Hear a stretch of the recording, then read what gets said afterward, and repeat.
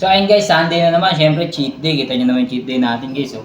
Ano to ito yung favorite ng mga chikiting ko yung barbecue sauce na pinatuyo lang pero di siya inihaw. Pero lasang barbecue yan, masarap pa rin yan. Then, wala muna tayong gulay ngayon kasi baka bumangon si patayin ng kanin. Ayan, kita nyo naman. Ako syempre meron tayong cook. Okay, pag linggo talaga may cook kahit isang baso lang. Then, syempre yung ating chips.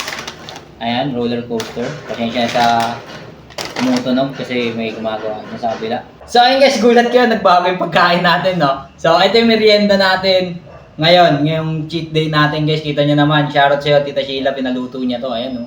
Kita nyo yung cheese guys, oh. Cheese sauce yan, ako bumira niyan. Ayan, sabi sa inyo, mahusay yung magluto. Guys, masarap to guys. Oo, ano yan? Mac and cheese ang tawag ko dyan. Version ko ng mac and cheese. Pero solid na solid to guys. Tara, tignan natin. Ayan.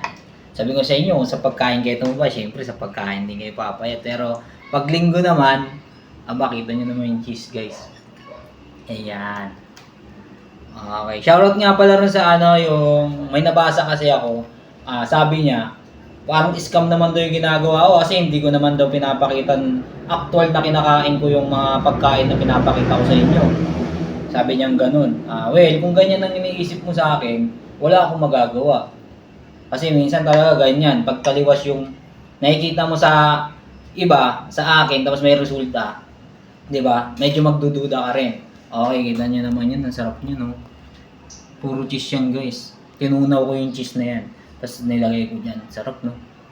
So, yun lang, guys. Yung nagsabi sa akin na yun, ganun talaga. Hindi kasi ako sumusunod sa gold standard ng mga fitness influencer na gaya ng siguro mga madalas mo mapanood.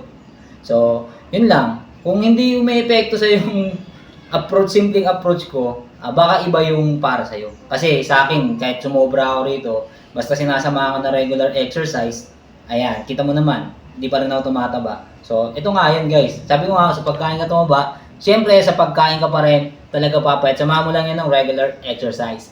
Ciao!